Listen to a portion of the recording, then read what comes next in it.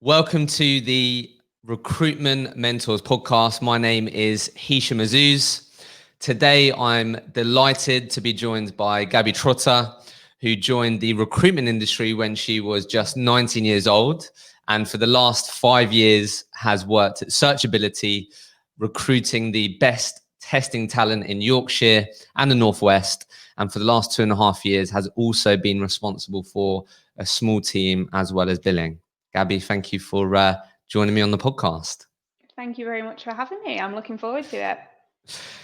So where I want to start this podcast moving forward is, in your opinion, what characteristics and traits do you think make up a highly successful recruitment consultant?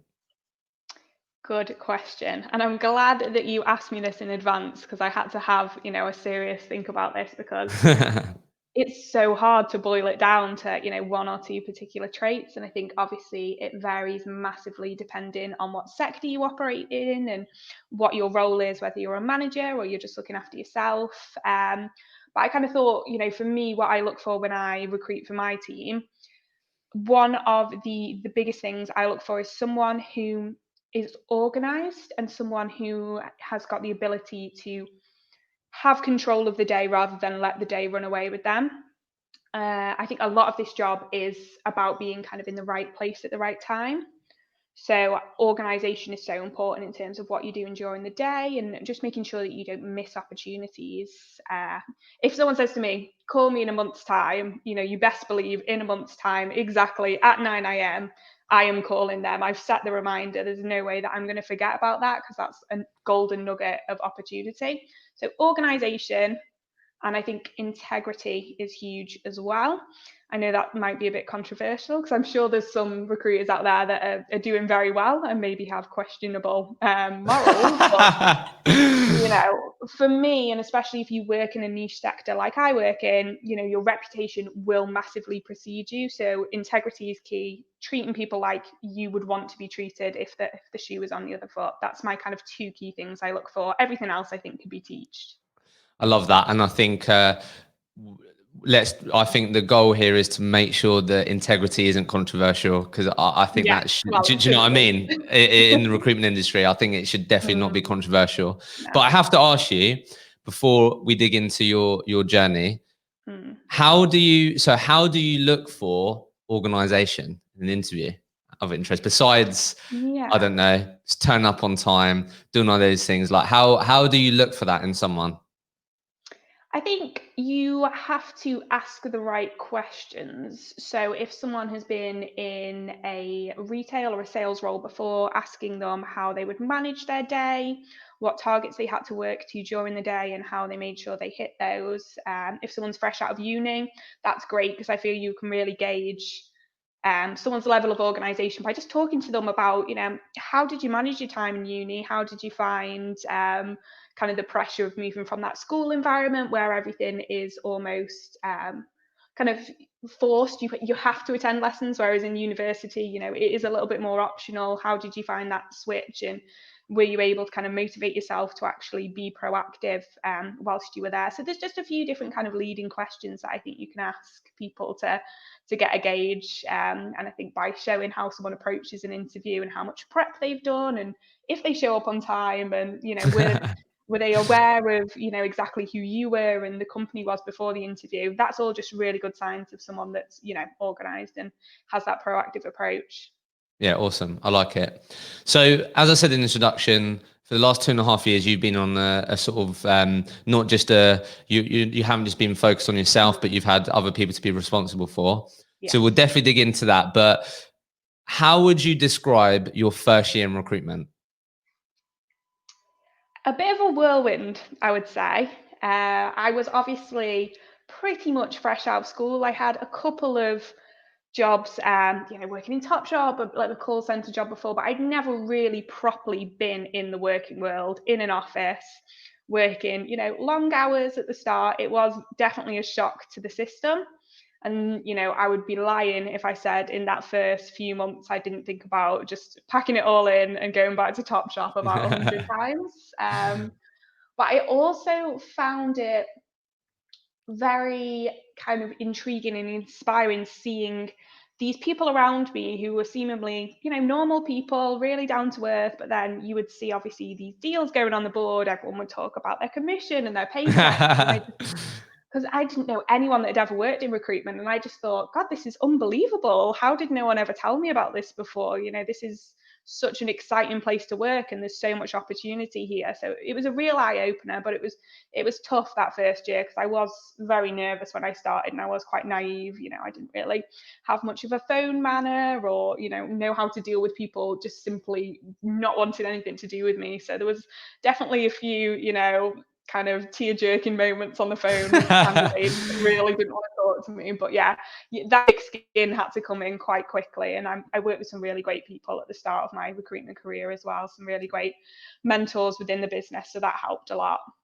So let's talk about very quickly, looking back, what was your biggest challenge in that first year, would you say? So you mentioned there, obviously, dealing with difficult conversations that you probably haven't had to do before. But if you were to pinpoint it, what was the sort of biggest hurdle or most common hurdle that you had to overcome that then maybe helped you progress or accelerate your career, do you think? I think just overall confidence was the biggest thing for me, just building up the confidence and being self-assured in myself to say, I do know what I'm talking about, and this person should want to talk to me because I can actually give them a genuine opportunity here to further their career. And, I'm not wasting anyone's time. I am a useful kind of addition to this team. So it was definitely the confidence for me and making sure that I didn't kind of shy away from asking those difficult questions and, asking within the business, can I take on a bit more responsibility? What's the next step for me? I think at the start it was all such a whirlwind and every day was so busy that I never really stopped and thought, well, how do I become like that really successful person over there? That felt like a million miles away. So just building up that confidence to be kind of ready to really push forward and progress in the company. And do you think that confidence comes from Gabbi doing deals, or can you cultivate that confidence in different areas? Do you think? Because I'm sure that's the confidence you've probably had to cultivate in your guys, right? So Yeah, do you think that just comes from Gabbi walking up to the deal board, ringing the bell, whatever you do over there? Like, do you think it just comes from that, or I don't know? What do you think? so I had, I suppose, quite a slow start, you would say, possibly to my recruitment career. I didn't kind of start and get up and running and on the board within a matter of months. I was, a bit of a slower burner, and I did sit alongside a couple of people and resource for them for quite a while before I took that leap to start the testing market and go on the board as a full consultant. So success for me was initially number one, actually starting to understand what I was talking about and get my head around the market and how everything kind of slotted together from a tech point of view. And also, it was just feeling like I was starting to get kind of welcomed into the community because I've always done that same patch, that Yorkshire Northwest area, and just building meaningful relationships with people online. Like I was so passionate and interested about the social media side of things and joining communities. And once that started falling into place and other people who had maybe been doing recruitment for 3 years were asking my advice on how to engage people on social media, that gave me, such a boost. Okay. How long did it take to do your first deal then? If So you were a it slow starter, interested. probably, yeah. So I'm trying to think how long I was there for. I was probably there for nearly a year before I actually went up on the board. But once I went up Really? on the board, yeah, I was super confident at that point, and it snowballed from there. So I think I see people go on the board quicker and they kind of learn whilst on the board, whereas I felt like I knew the job inside out, went on the board, Right. and I kind of hit the ground running with it. So I think I went on the board and maybe did my first deal within the first week and did kind Yeah. of 4 deals in my first month, and it all continued from Yeah, and then there. it But just it was continued from there, definitely yeah. a slow burner at the start. I So just right, didn't believe that I could do it. yeah, so like why didn't you quit then? Because a year's a long time. I've had people on here before that they didn't make a placement, and you're not there for the base salary, right? And I'm sure No. everyone and you recognize that from people around you, but why didn't you quit? I think it's because I knew that I was doing a good job. I wasn't necessarily, a fully fledged consultant at that point, but I was a very, very successful resourcer. The company was very happy with how I was doing. I was getting involved in a lot of training for the new people joining the business and around social media. So I felt fulfilled, but it just didn't kind of click for me that if these people are doing it, and why can't you do it? You are just as good as these people, and you're getting irate because you're seeing them earn double the amount you're earning, but you're the only one in your own way.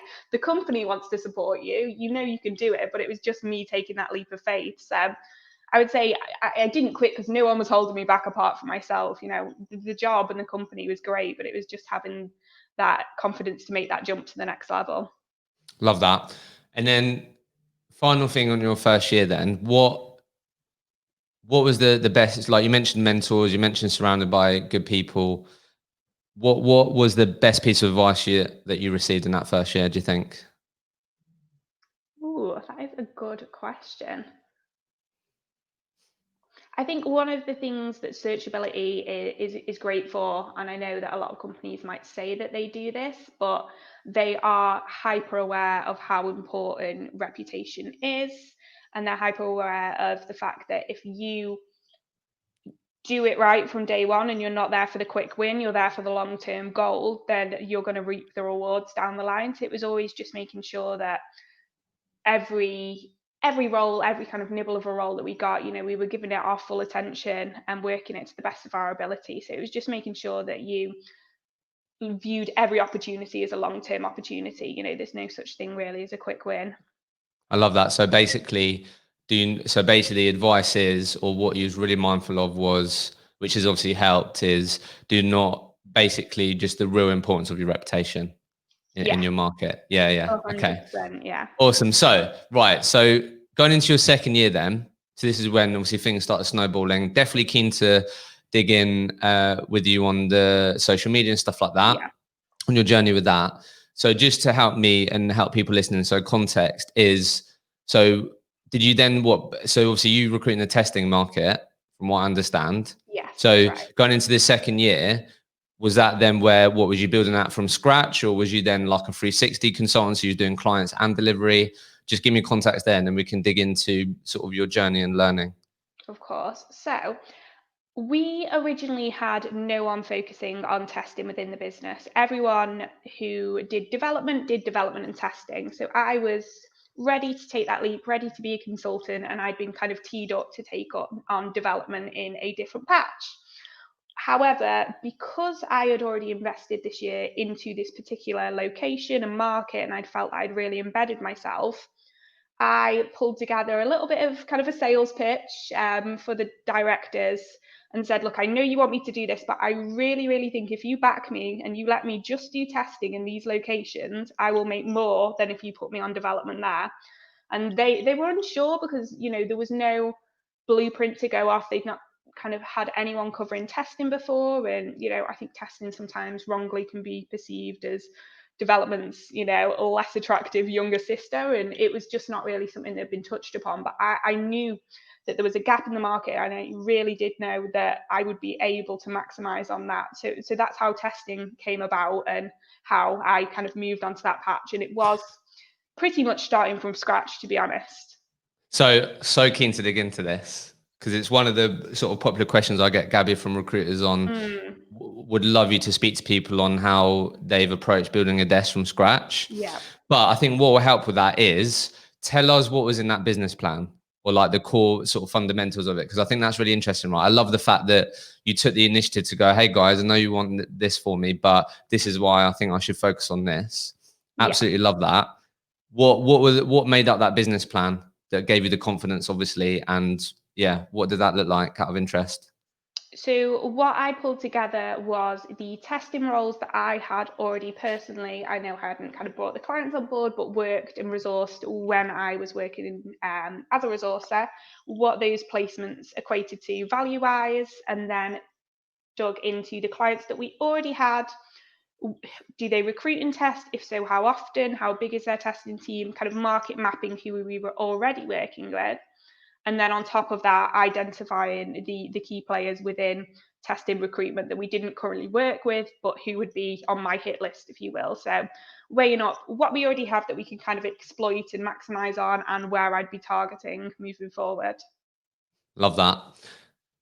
How did you go about it then? How did you go? So obviously, so what's interesting there is you had clients that you could go after, but just really focus and be like, hey, I'm Gabby. Obviously, Searchability works with you, but I'm the testing person. I'm just going to focus on that. If you have testing requirements or testing, obviously people that you need on the person. But so yeah, how did that look then? What was the plan to get in front of your target list, which no doubt recruiters will have their own target lists? How did it go? How did you approach it? So it was as you said there, obviously, the key thing is always making the introduction. And I would say that I am not a pushy person. That's not really my approach. I do take the softer approach, and I certainly take the approach of getting to know people over time before kind of dropping in, can I work with you straight away? So in the early days, I was just having a lot of conversations with people who I knew in the back of my mind, you're someone that could be really valuable for me as a connection. But initially, just having a chat to them about what they do, explaining that I was focusing on testing full time, can they talk me through a few things that would be important for me to know? So then at the point where the conversation was warm, I could then drop in at that point, look, I'm really serious about this. You've given me a lot of useful advice. Who am I best speaking to at your company to get a shot at this, and just really using that network. So you lent on candidates? Yeah, lent on candidates a lot. I mean, I've never been afraid to ring someone and say, can you just do me a massive favor? I won't bring your name into it, but who do I need to speak to? Have you got an email address? Have you got a number? I promise I won't tell them how I got it, but people generally in their heart, and I like to think, are good, and they want to see people succeed, as long as you are. I always say you don't want to bleed your network dry. It's a two-way street. So at the start, I was doing a lot of blogs and anything I could do to engage with people to then be able to ask them, at a later date, the recruitment question is what I was trying to do in inventive ways. Yeah, nice. So what would you say was the sort of most effective method for you then in growing your client network, would you say? I think that it was definitely, I'm not naive to say that it didn't help that we already had some good clients on board that I had worked roles for and impressed already. And again, just had that very open and honest conversation with them and said, I am starting a new market here. A recommendation from you would be worth its weight in gold with other key players in and around the area.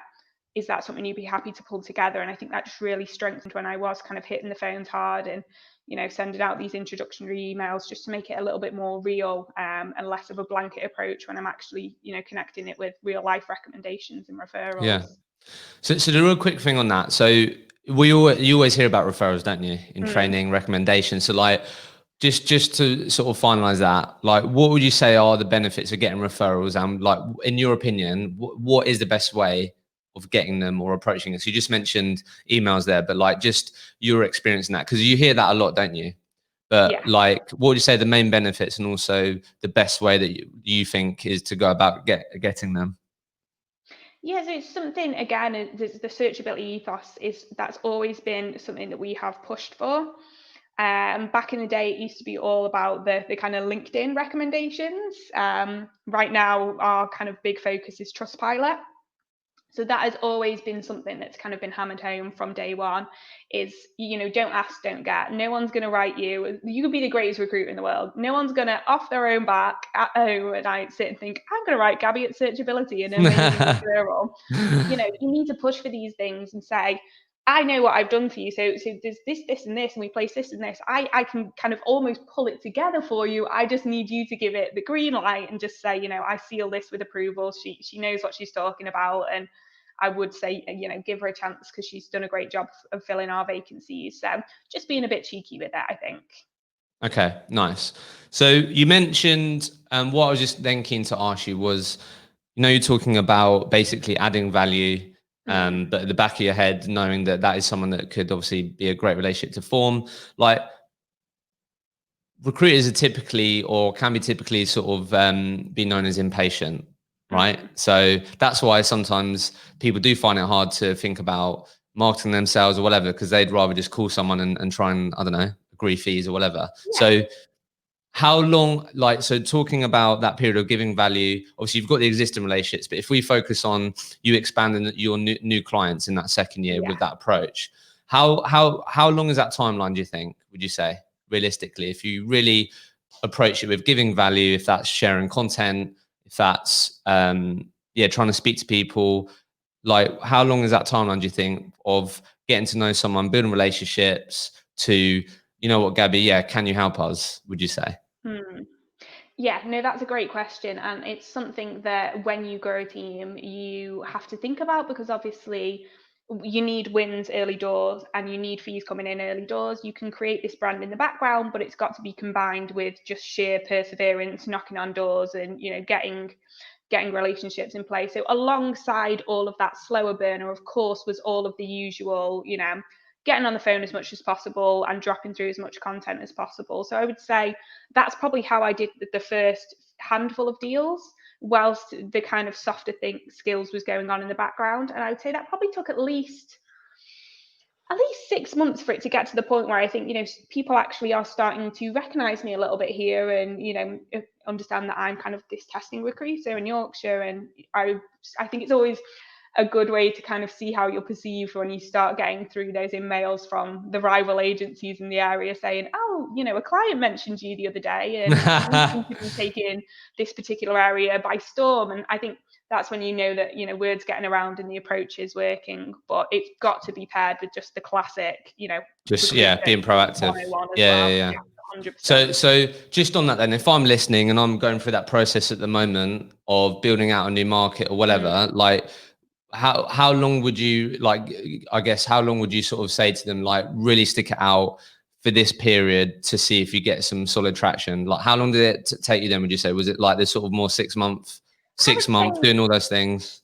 I would say it's 6 months. I think the first 6 months for anyone in recruitment are probably the hardest. I mean, the first year is probably, the hardest. It takes a while for this job to click, and consistency is one of the hardest things to get in the world of recruitment. But I would say if you're hitting that 6 month mark of building a new desk and building a personal brand and you feel like you're still getting nowhere, I would say that perhaps something is amiss, whether or not you've maybe not picked the right market, or whether you think that you're getting your presence out in front of the right people, but you're simply just, missing them completely.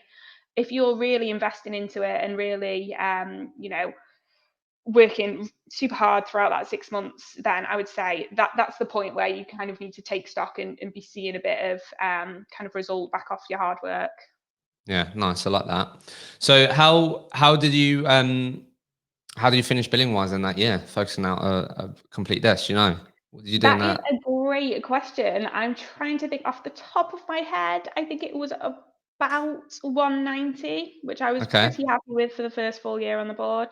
Yeah, yeah, nice. That's awesome. And is it all perm, yeah, that you do? All perm, yeah. So we're All not perm. dual desk. We've got completely separate contract team at Searchability. So yeah, all permanent. Awesome. So then obviously, and then was it another year of building on what you built before you started, obviously, yeah, looking at or growing your team, building even more credibility, getting your name in the market, etc. Yeah.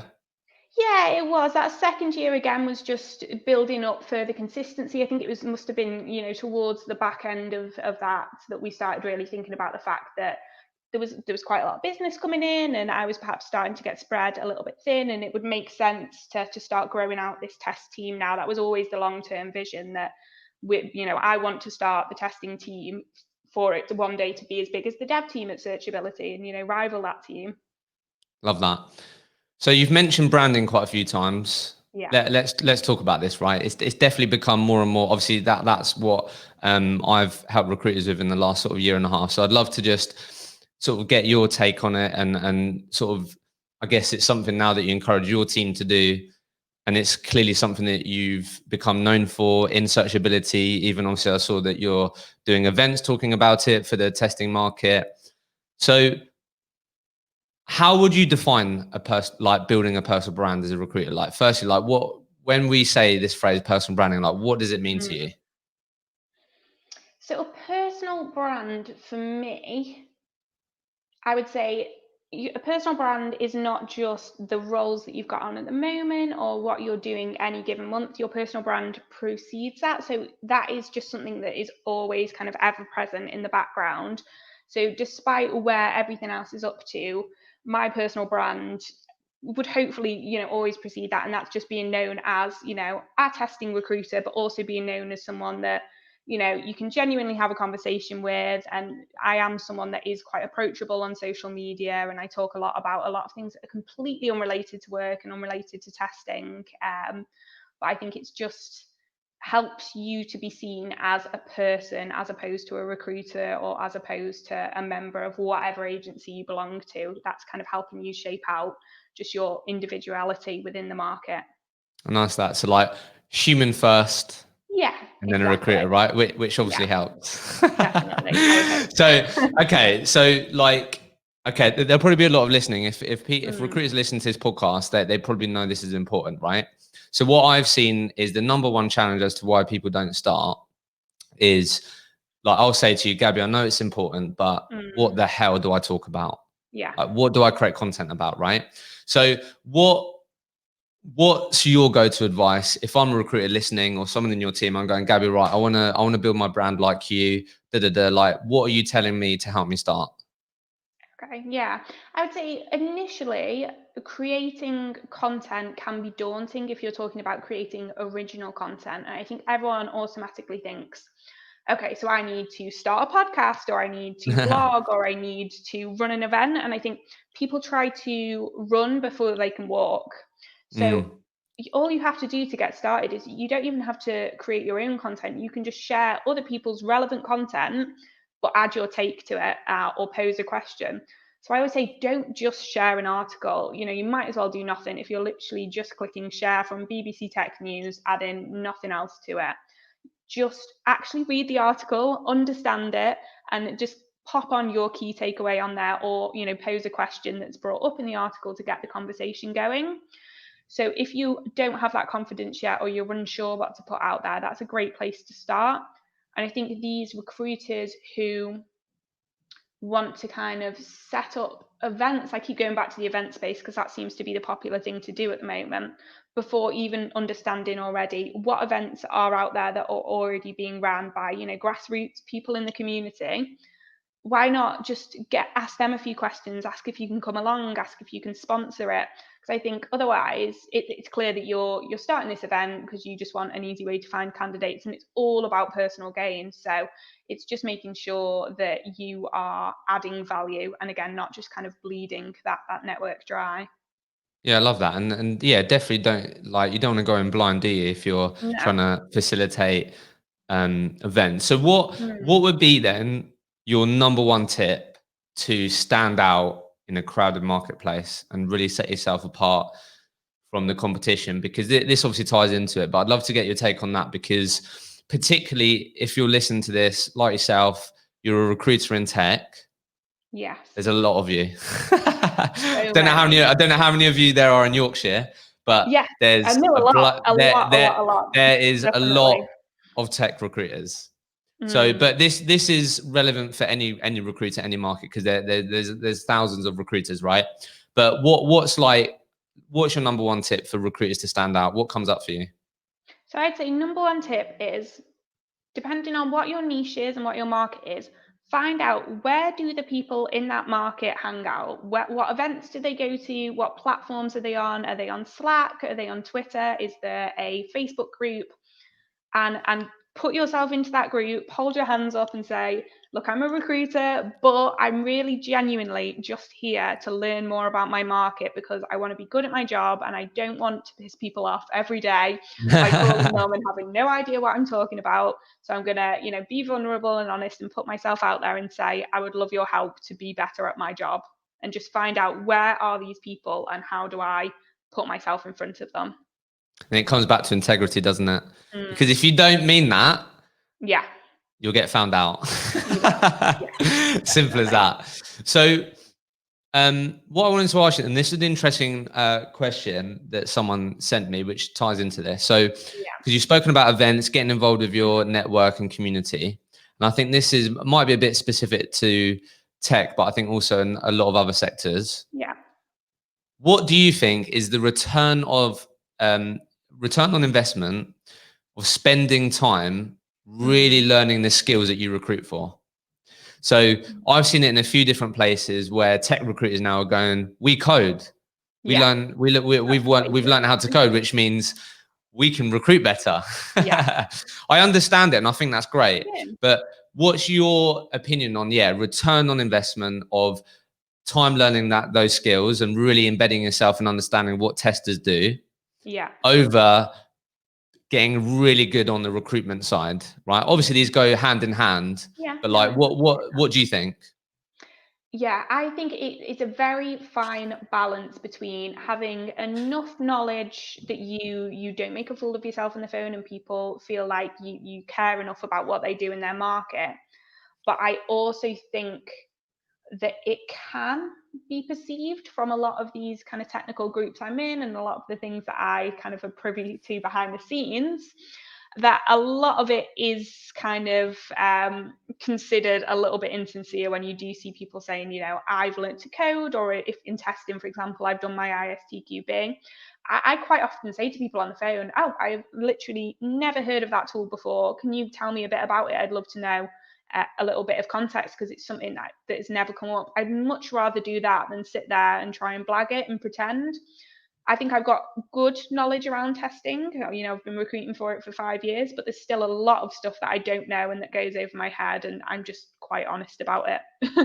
Yeah, no, I really like that, and I think what one of the sort of second biggest challenge that I get from recruiters tying into sort of content which is relevant to this is, Mm, especially in the sort of technical world where people would be really concerned or worried about talking about something quite yeah, specific because they're like, oh my god, like I don't know how, I'm not as competent as these people. But I think of course it's going to help with context and I guess relating when you're speaking to people, yeah, but you don't get paid to do what they do, so yeah, you're never going to be as competent as them.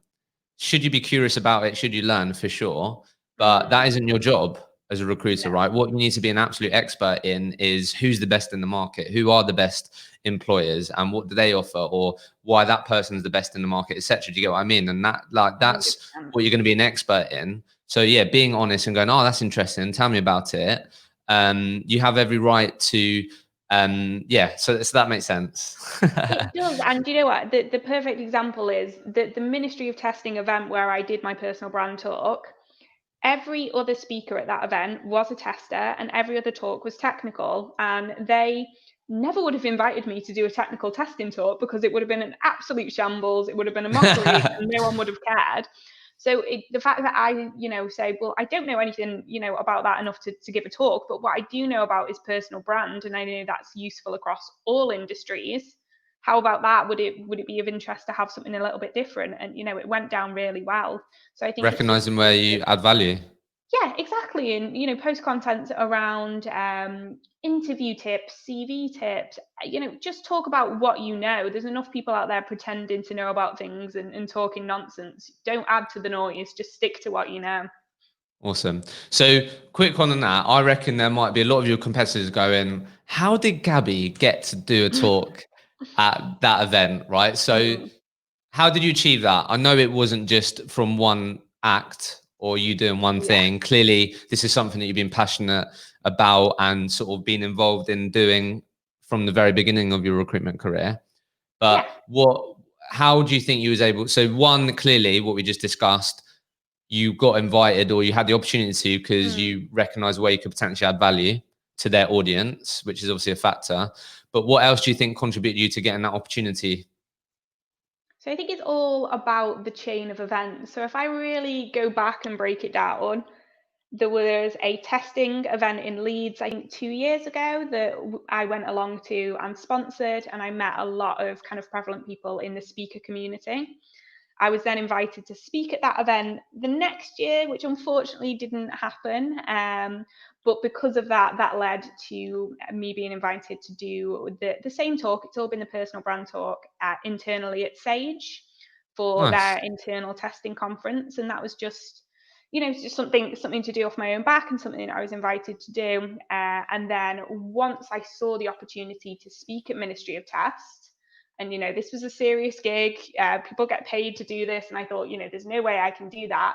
But it was actually John from Sage who said to me, your talk was really, really good, just put yourself forward.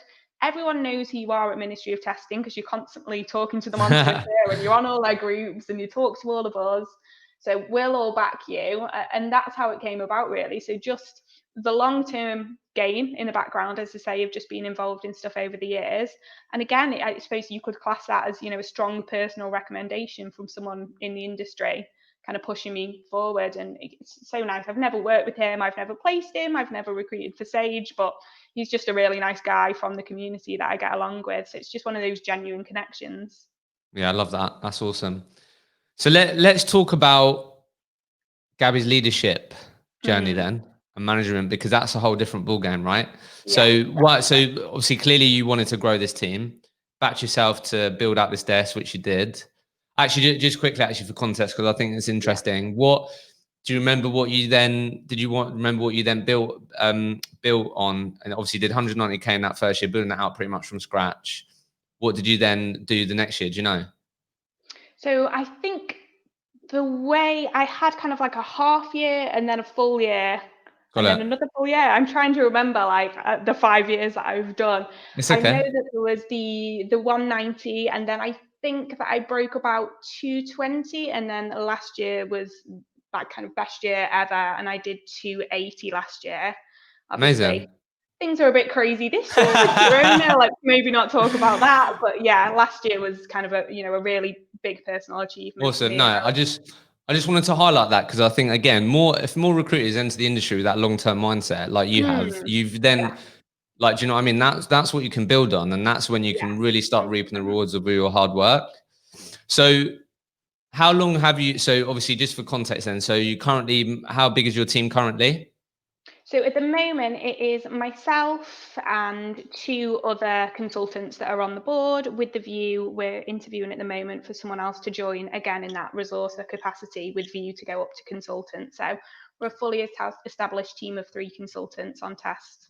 Awesome. So let's just think about it as a whole then. Like, what if you look back, like, right, obviously I know you're still in it, but like, what were the sort of biggest challenges for you then when you started having to be not just responsible for yourself, but responsible for another human being and them doing well? Like, what was really difficult for you at It's first? such a shift that I don't think anyone can kind of prepare you for how different it is from looking after number one and to going to growing a team, and it is going to have a knock-on effect in terms of your results for a little while. It's that kind of short-term pain for long-term gain. You want to build your team, but in those early days where there's a question a minute, it really takes you away from your goal and your focus. So I think just learning how to run my day and be organized again with another person alongside me, and just learning as well to be a manager and how to kind of have responsibility for someone else. I was still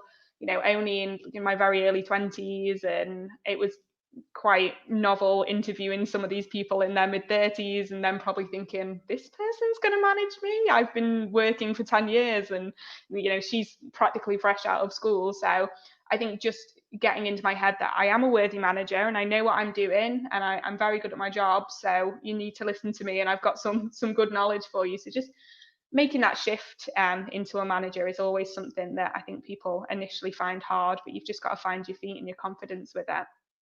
Awesome.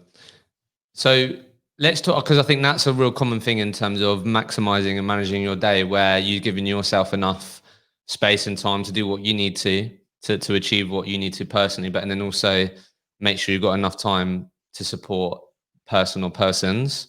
So how, because I'm sure this is something that you've had to get even better at during COVID now, right? So how have you got better at managing your time? Do you have sort of set times where Gabbi can be contacted, spoken to, and do it like that?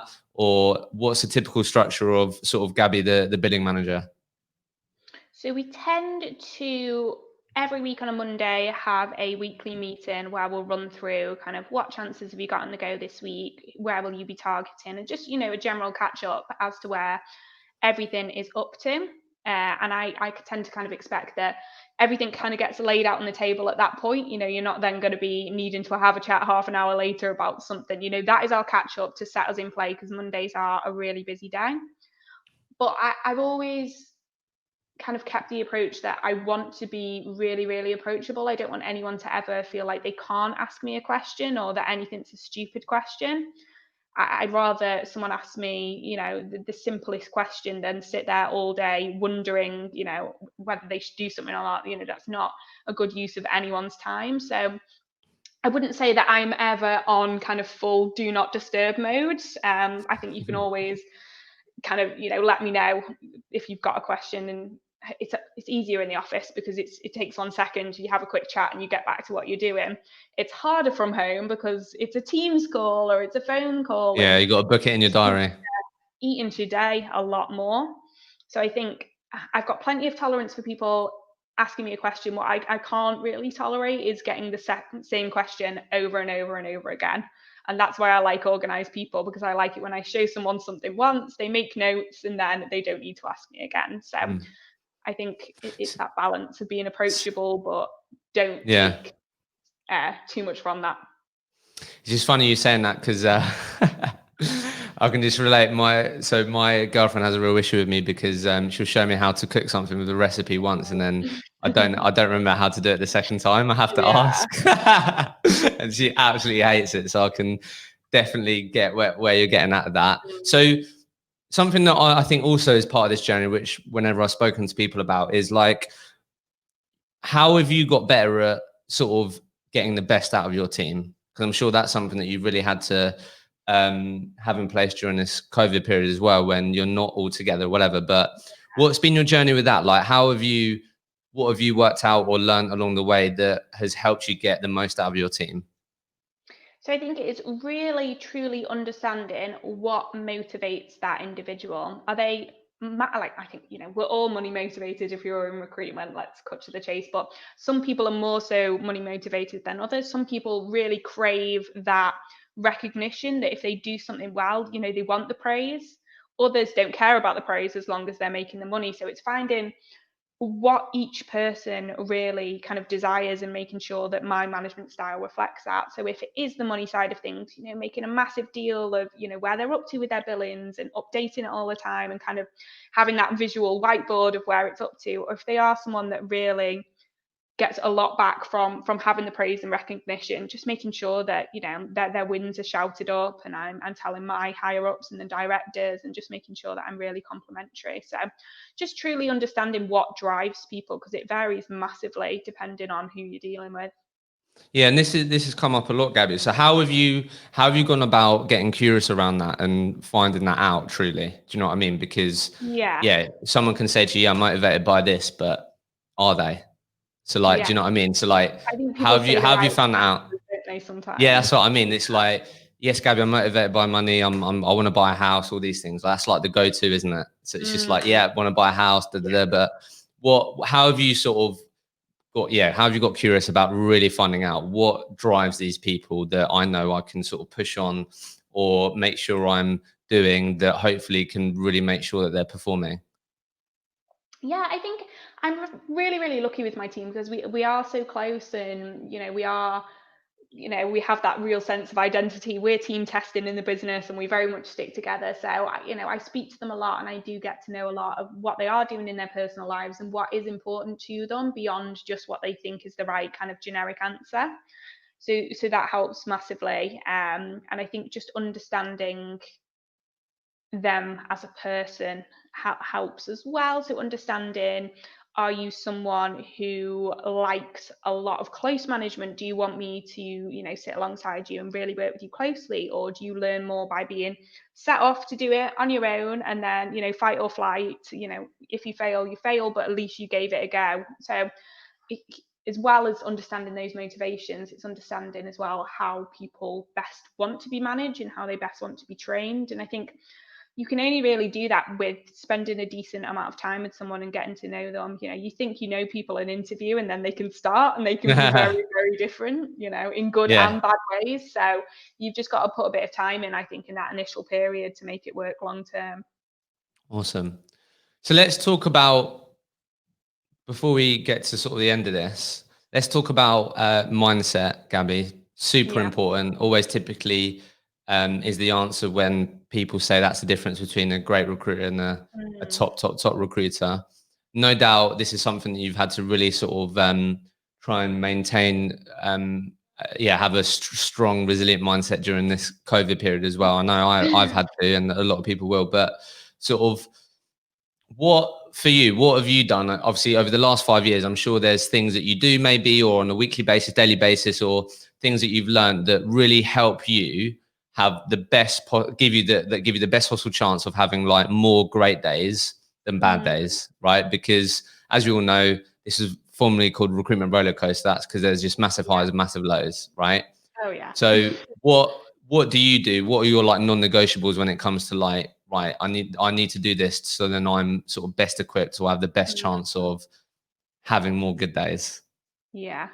No, I love that it was called recruitment roller coaster because it is so true. And I think sometimes you have to lean into those. So if you're on a high and things are going well, do not take that for granted. Lean into it and appreciate how, how well you're working, because it can, turn so quickly.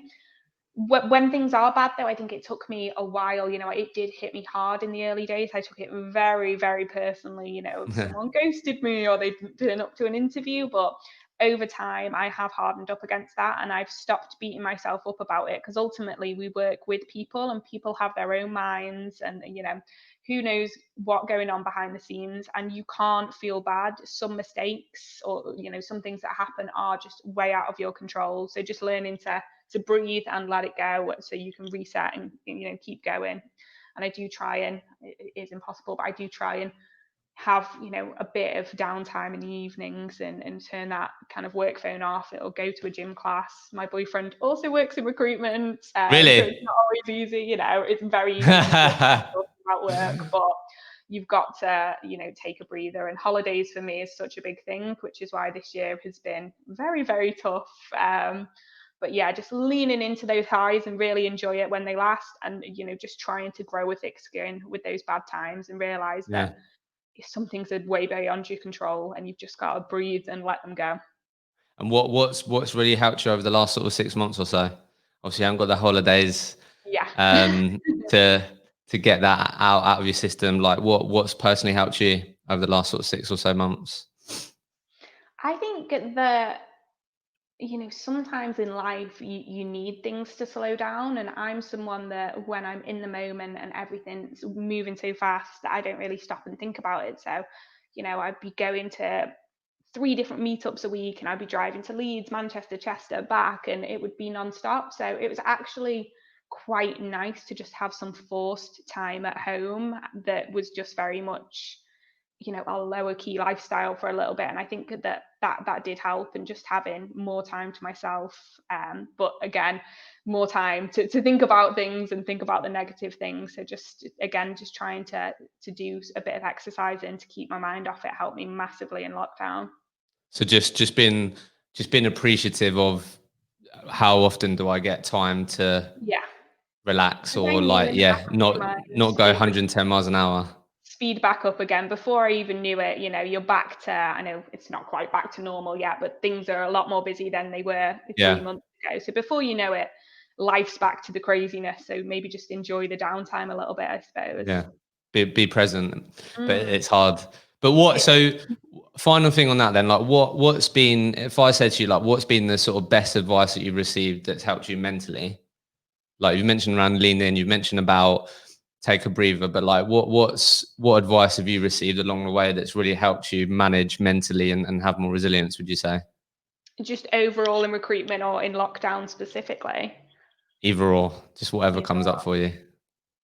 I think I suppose across both ways it works, but in the quieter periods in lockdown, what really helped me was going back to basics and having a to-do list, because there was those quiet times where no one knew quite what was going to happen with the industry, and just ticking off those small little tasks throughout the day and chipping away at Mm, that bigger end goal kind of kept me sane. If I was only noting the big wins over those kind of harder few weeks, then of course I would have felt like there was no wins. So identifying the small wins, always celebrate the small wins 100%. love that. So I promise someone that listens to this podcast that the next time that and I always do this now, this won't be this year, but the next time they said to me, the next time someone says, when someone says back to basics, can you please ask them what that means? Because it's like it's such a common term, isn't it? But like, and that'll probably mean, that could mean different things with different people. So you just mentioned a bit there, but like when you say back to basics, what do you mean? I suppose it just back to basics, back to the old schools. It all sounds the same, and it's all such a wide term, isn't it? But we're not a massively KPI driven kind of recruitment agency, but I suppose, back to those basics of, you're only going to get somewhere if you get that new piece of business and you send that CV and that translates into an interview. And sometimes you need to just focus on those really simple metrics to actually cut through the noise and achieve what you want to achieve. We use the phrase busy idiot a lot. So, you're super busy and we don't doubt that you're working really hard. But when you actually delve into what you're doing, there's no wonder it's not translating into results. Sometimes you need to go, back to those basics. So I think that's what it means to me anyway. Good answer. And I like that. I think it's so, in today's day and age, it's so easy for you to call me and go, Gabby, I'm busy. All right. Yeah. What do you mean? What do you mean by busy? Do you know what I mean? So yeah. So no, I really like that. And I think the sort of what I take from what you just shared is when you say that is like also in that, which I think is interesting, is everything that you just mentioned there is completely in your control. Yeah. Do you know what I mean? So it's like, right, what can I do? It's in my control that I know I'm fully capable of, that can help me feel like I'm making progress, build momentum that I know can hopefully over time build up to getting back to where I was or whatever. Love that. So I had to ask this question, which your colleague sent me, and then I'm going to ask you 5 quick questions. Okay. No, don't be. So this question was from Kelly Harvey.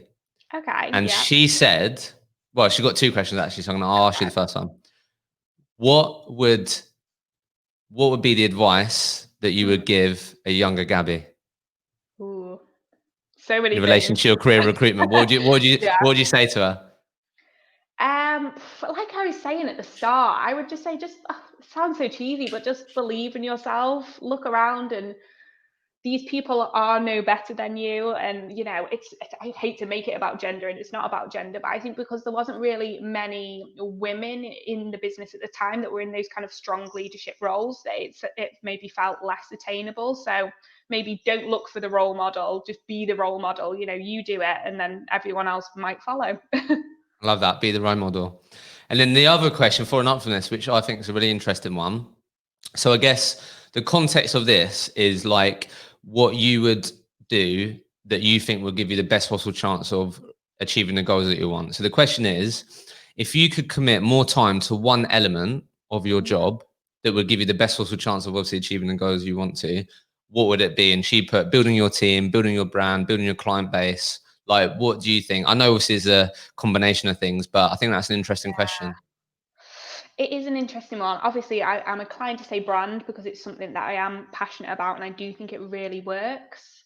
So I would maybe say brand. And I think from building brand, I do think client base will follow. I do think that goes hand in hand. So, I wish I had a little bit more time now to be as creative as I was in the early days in terms of creating content, because I think that's something that I'm probably guilty of letting fall by the wayside a little bit as more and more stuff has come onto my plate. So just investing back into that would be great. Amazing. Right. So to finish, I've got 5 sort of quick fire questions. Okay. You don't have to answer them in a quick fashion. Just let me know what comes up for you. Right. So first question, if you could change the industry, what would you improve? I think change from within about the perception of the industry we're in. I think you see someone slate recruiters, and instead of people defending them, you'll just see all the other recruiters saying, "Oh God, yeah, we are awful, but not me." Whereas I wish that we would just say, "Well, no, actually, this is a really good industry, and it's worth billions of pounds, and there's a reason it's here." So a bit more sense of community, which I know you're not going to get because we're all technically rivals, but defend the industry. Don't just say, well, I'm the exception. Yeah, you're right. They are all awful. I'd like to see a bit more of that.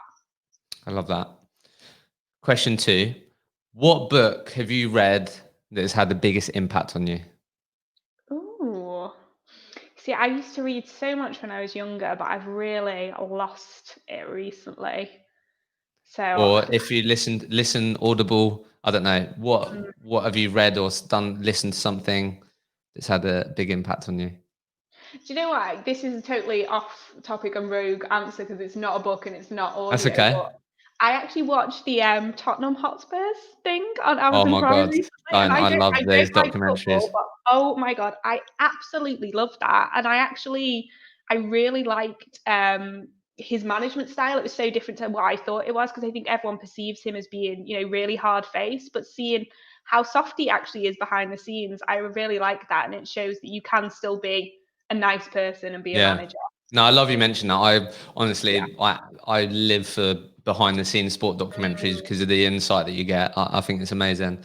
yeah. That's fine. I know that question is very reliant on me, people reading. So that's fine. Right. So next question is, if you could write a LinkedIn post that could Mm. be seen by every single recruitment consultant across the world, what would you want it to say?